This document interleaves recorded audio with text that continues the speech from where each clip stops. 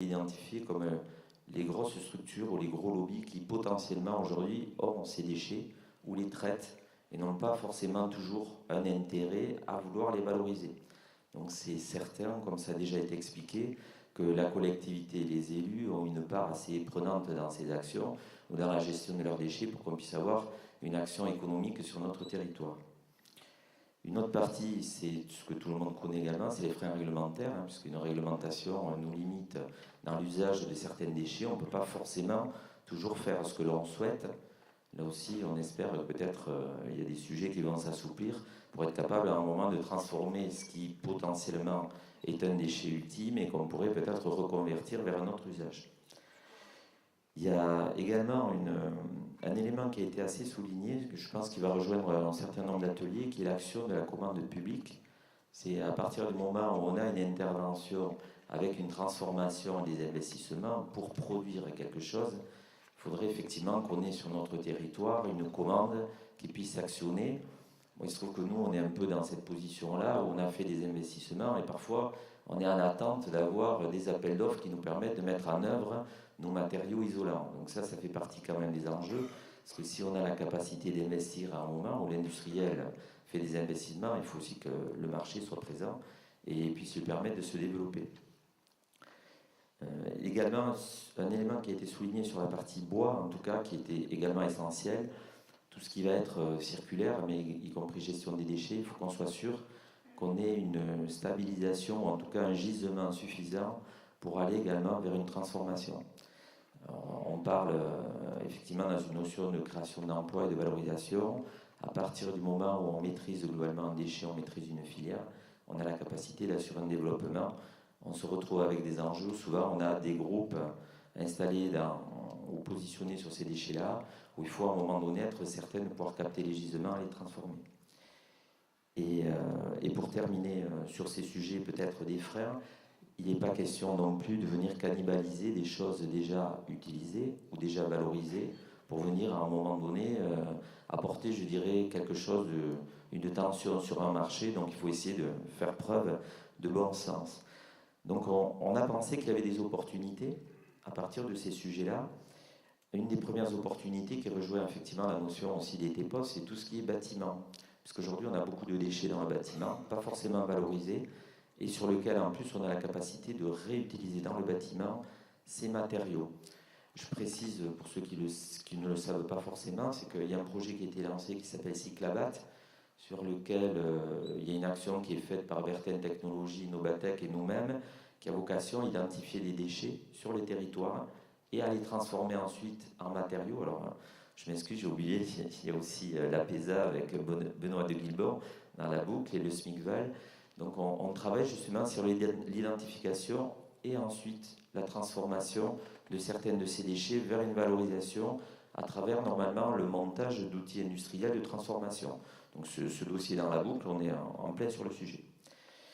Il y a également un élément qui a été évoqué à plusieurs reprises, qui est repris, c'est la notion de transversalité, c'est la notion de réseau, d'échange aussi avec les élus, les collectivités. À partir du moment où on essaie de répondre sur une problématique déchets ou d'une transformation, il faut qu'il y ait effectivement de la communication, que tout ça trouve du bon sens à tous les étages. On n'est pas là, entre guillemets, pour essayer d'imposer des choses, mais pour construire ensemble. Je vais aller vers... alors, il y a beaucoup d'éléments qui ont été notés. Un élément aussi assez important, qui est la notion justement circulaire et de territoire. On va éviter au maximum, bien sûr, dans les opportunités, de faire rouler des camions, de faire rouler des déchets. Donc on va travailler sur notre territoire. On va essayer de réfléchir peut-être en termes de bassin. Et là, on a eu un intervenant qui était sur notre atelier, qui était vraiment très intéressant, qui s'appelle Clever, en Haute-Garonne. Je vous engage à regarder son site internet. Lui, il est parti dans l'idée de mettre en place toute une zone d'activité d'économie circulaire, où il va partir du déchet, de la collecte, jusqu'à la transformation, jusqu'à la commercialisation, avec un site, donc il a investi sur un site de 55 hectares, avec une ferme où il va même aller jusqu'à faire de l'élevage. Alors il est assez spécialisé, on va dire, dans tous les déchets organiques, mais il part vraiment de la collecte jusqu'à la transformation, qui va à un moment donné amener même quasiment des produits finis. Donc on évite bien sûr tout ce qui est un moment carbone, on évite de faire beaucoup de déplacements, on simplifie les échanges, le réseau. Et c'est un modèle qui est assez intéressant sur lequel on a également, nous, commencé à réfléchir, entre autres avec également la PESA, autour du village Emmaüs de l'Escar, qui a aujourd'hui toute une capacité de collecte et de valorisation de déchets et qui cherche des solutions pour créer autour de chez lui une zone d'économie sociale, solidaire et circulaire. Voilà, donc j'ai fait le tour, je pense que je suis à peu près dans les temps. Donc ça a été très riche et très intéressant en termes d'opportunités. Très bien, merci beaucoup.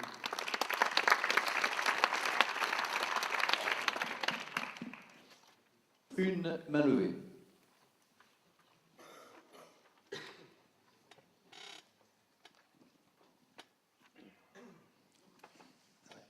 Merci. Bonjour, Grégory Jean, je suis maire de Doluce-de-Léron, dans l'île de Léron, Charente-Maritime, et je suis le fondateur de Roule-Ma Frite. On récupère des huiles de friture usagées qu'on valorise en additifs au diesel, donc ça me parle un petit peu au sujet. Il y a deux points complémentaires, je pense qu'il faut vraiment rajouter. C'est qu'à chaque fois par territoire, il est hyper important que les porteurs de projets s'adressent et à l'ADREAL et à l'ADEME, parce que les interlocuteurs de l'État n'ont pas toujours la même lecture des textes et la même interprétation par territoire. Nous, on a des antennes à Oléron, Toulouse, Perpignan, Saint-Nazaire, Charleville-Mézières, notamment sur la sortie du statut déchets. On n'a pas les mêmes discussions avec les uns les autres. Donc ça, c'est hyper important en local d'être là-dessus. Et après, pour tous ces sujets sur les relations avec les grands groupes, il y a quand même un interlocuteur qu'on a tous, qui est la DGEC, à Paris, Direction Générale Énergie-Climat, pour ces sujets-là. Et je crois que c'est hyper important, à un moment donné, de faire remonter sur la particularité énergétique, sur tous ces aspects du circuit court et de l'économie circulaire, ces actions qui sont en cours ou qui sont là. Parce qu'il y a une manière de voir les choses depuis Paris, qui forcément n'est pas la même que celle qu'on peut avoir sur chacun des territoires. Et je pense que plus on sera capable de faire remonter des cas concrets avec des business plans, des modèles économiques qui tournent et des impacts, et ça rejoint ce que disait monsieur avant sur la vraie mesure économique, environnementale, etc., qu'on sera capable de dire, voilà, ces nouvelles opportunités qu'on crée, c'est pas juste pour embêter, pour changer le droit, mais c'est bien pour écrire d'une nouvelle manière. Et à titre d'exemple, sur la commune de Doluce, donc forcément on roule à l'huile maintenant avec les camions, etc., les économies qu'on va générer pour l'année, ça va payer 2 intervenants dans le cadre de la réforme des rythmes scolaires. Voilà, c'est des trucs concrets de base. Oui, pardon, merci beaucoup. Effectivement, vos remarques, elles sont tout à fait justifiées. Je rajoute que, en complément, nous, on a une action qui est à peu près identique alors, au niveau de notre entreprise, puisque on travaille sur de la valorisation en circuit court.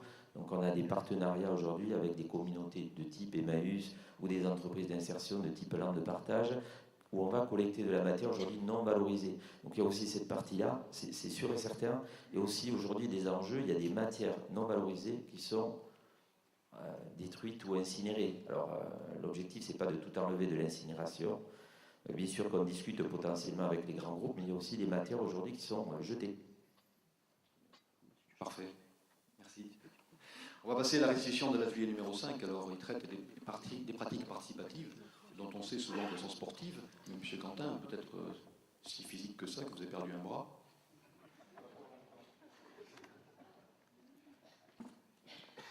Bonjour. Si vous me le permettez, je voudrais remercier Arnaud Foulon, qui est l'animateur et le coordinateur du réseau Énergie Partagée en PACA, qui m'a donné un vrai coup de main pour l'animation de cet atelier. Un atelier qui a été très riche en échanges, et naturellement je ne pourrais pas retranscrire de manière exhaustive tout ce qui a été dit. Nous essayons de le faire dans la note de synthèse qui sera produite prochainement. Nous étions tous d'accord pour poser le postulat suivant: la participation au développement et au financement des projets d'énergie renouvelable participe à améliorer l'ancrage territorial de ces projets, participe à améliorer l'acceptation. Il s'agit d'un postulat. Et je ne doute pas que l'étude de l'ADEME qui va bientôt être menée permettra de préciser ces choses-là. Nous nous sommes attachés à considérer 2 niveaux de la participation. La participation en phase développement des projets, jusqu'à l'obtention des droits qui vont permettre de passer à la 2e phase importante de la mise en œuvre de ces projets, leur financement. Et donc nous avons parlé de participation financière. Je commencerai par évoquer la participation en phase développement. Participation en phase développement, il s'agit au fond de la concertation. Et nous avons constaté que la mise en œuvre de la concertation supposait bien une volonté de la collectivité de la mettre en œuvre. Les collectivités sont légitimes pour mettre en œuvre un débat au sein de leur territoire, un débat avec leurs administrés. Encore fallait-il pouvoir rassurer les élus.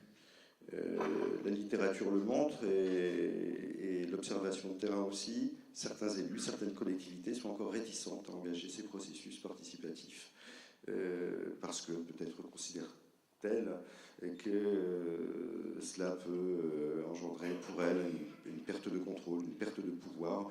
Et il est important, je crois, de rassurer les élus sur ce point, et qu'à l'inverse, la concertation n'est pas la prise de décision, c'est une participation au processus de décision, et qui, si elle est bien menée, peut permettre de légitimer les décisions politiques qui seront à leur prise.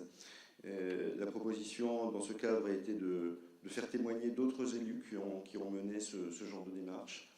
Et à n'en pas douter, TEPOS, le réseau énergie partagée, Leclerc, à travers les expériences menées par les acteurs de terrain et donc par les collectivités membres de ces réseaux, joueront un rôle important dans la sensibilité des collectivités locales sur ce point. Donc il faut valoriser l'existant, il faut capitaliser. Et cette concertation doit être engagée le plus en amont possible des projets. Au-delà de la mobilisation des collectivités, il faut naturellement mobiliser les citoyens, la population, et il apparaît qu'il est finalement difficile de mobiliser les citoyens autour de ces problématiques. Certains disaient, ben voilà, on organise une réunion publique, il n'y en a personne qui vient à la réunion publique. L'énergie ne semble pas très sexy. Donc l'idée, c'est de trouver les moyens de susciter cette mobilisation citoyenne, probablement en trouvant des thématiques qui parlent, qui sont des problématiques vécues au quotidien. Deux d'entre elles ont été, j'en citerai deux, l'éclairage public. Ça concerne à la fois les collectivités, mais ça concerne aussi les citoyens au quotidien, au fond. Et puis il y a cette expérience qui est menée au sein de nombreux territoires, celle des familles à énergie positive. Et on peut trouver alors auprès de ces citoyens de bons relais d'information, de mobilisation. Voilà, nous avons essayé également de lister les outils disponibles pour faciliter la mise en œuvre de ces processus de concertation. Et il en existe déjà beaucoup, notamment, cela a été dit, ceux utilisés dans le cadre de la politique de la ville, les outils utilisés dans le cadre de l'éducation populaire. Il existe déjà des dispositifs comme les conseils de quartier, les conseils de développement, et il serait intéressant de réfléchir à la transposition de ces dispositifs en milieu urbain au sein des territoires ruraux où se développent beaucoup de projets ENR. Sur le deuxième volet de notre réflexion concernant la participation au financement, je rejoins ce que disait mon collègue tout à l'heure.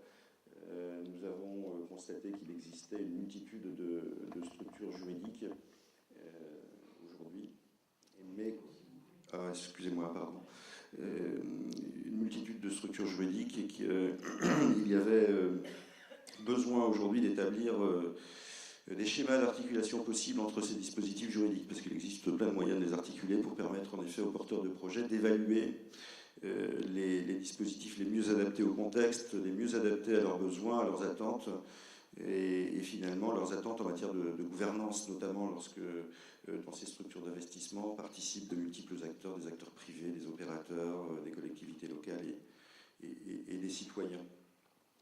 Il est important là aussi de faire preuve de pédagogie lorsqu'on parle d'investissement pour les citoyens, pour les collectivités, bien expliquer les risques encourus, les retombées économiques générées. Et à propos de risques, nous avons évoqué, et notamment dans le cadre de certaines filières, je pense à l'éolien, le risque pour les collectivités de participer au financement en phase développement, financement des projets, dans cette phase à risque.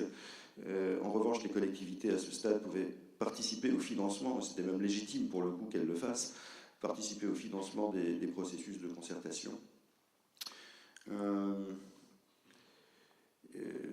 Mais qu'en revanche, dans cette phase de développement, il était également important que les collectivités puissent engager des négociations avec les développeurs exogènes au territoire, je suis toujours sur la filière éolienne, pour très vite, très tôt, déterminer la position qu'elles peuvent prendre au terme du projet pour alors leur permettre d'investir, de cofinancer les projets et de faire en sorte qu'une partie du fruit de ces investissements, des dividendes, reste au sein du territoire et permettent alors de financer d'autres projets dans le domaine énergétique, dans le domaine de la lutte contre la précarité énergétique ou de la maîtrise de l'énergie.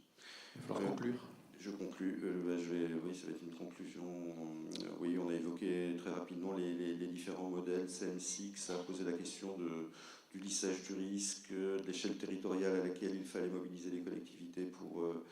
on ne peut pas créer des SEM au sein de chaque collectivité, ce qui suppose d'encourager les collectivités à se réunir à des échelles territoriales cohérentes pour se réunir au sein de ces structures juridiques. Je ne peux pas en dire plus aujourd'hui et dans la synthèse prochainement. Merci. Parfait.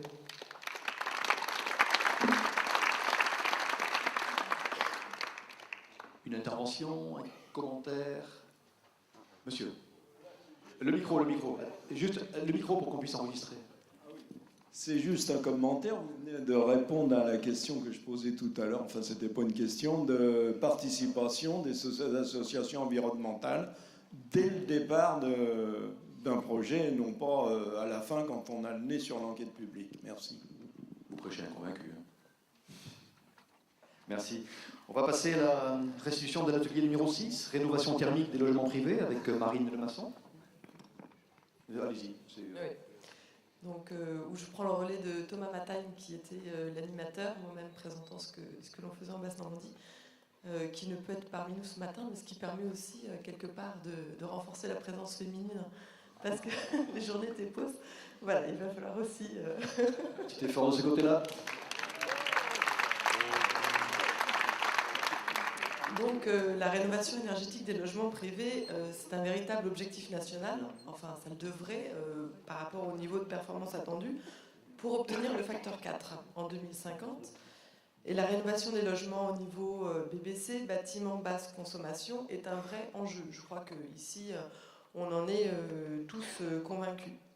Mais, et il y a un grand mais, la rénovation énergétique performante des logements privés, et ça a été dit matin comme après-midi, c'est sorti spontanément de la salle, c'est la jungle. Vraiment. Il faut savoir effectivement sauter d'arbre en arbre, éviter les pièges. En somme, le ressenti général, et malheureusement, c'est pas quelque chose de très optimiste à l'heure actuelle, pas de coordination entre les acteurs, ou en tout cas ce n'est pas ressenti comme tel, pas de lisibilité des différentes aides et l'action des différents niveaux de collectivité, un accès difficile à l'information et au financement, et c'est surtout parce qu'ils sont multiples que du coup on a l'impression de voir toujours que la partie émergée de l'iceberg, des critères techniques qui ne cessent de changer, et ça c'est pas que pour le logement, on l'a aussi dans plein d'autres domaines de la transition énergétique, des délais interminables, des démarches administratives lourdes, la multiplicité des labels. Et ça, c'est pour le particulier. Et c'est vrai que ça fait déjà un tableau assez lourd, malheureusement. Pour les artisans, la difficulté d'appréhension d'une rénovation BBC. L'angoisse du test à l'étanchéité à l'air. Vous n'imaginez pas, mais c'est une véritable angoisse pour ceux qui s'y lancent. Bref, pour le particulier comme pour les artisans, des nuits blanches, des sueurs froides. Donc une rénovation BBC, actuellement, c'est vrai que pas sur tous les territoires, parce qu'il y a quand même beaucoup d'efforts qui sont faits, mais on est au début, il faut en vouloir et il faut la vouloir. Mais la question était donc, après avoir brossé ce constat-là, qui était quand même un constat assez partagé, que peut-on faire tous ici et comment peut-on modifier notre intervention pour sortir de cette jungle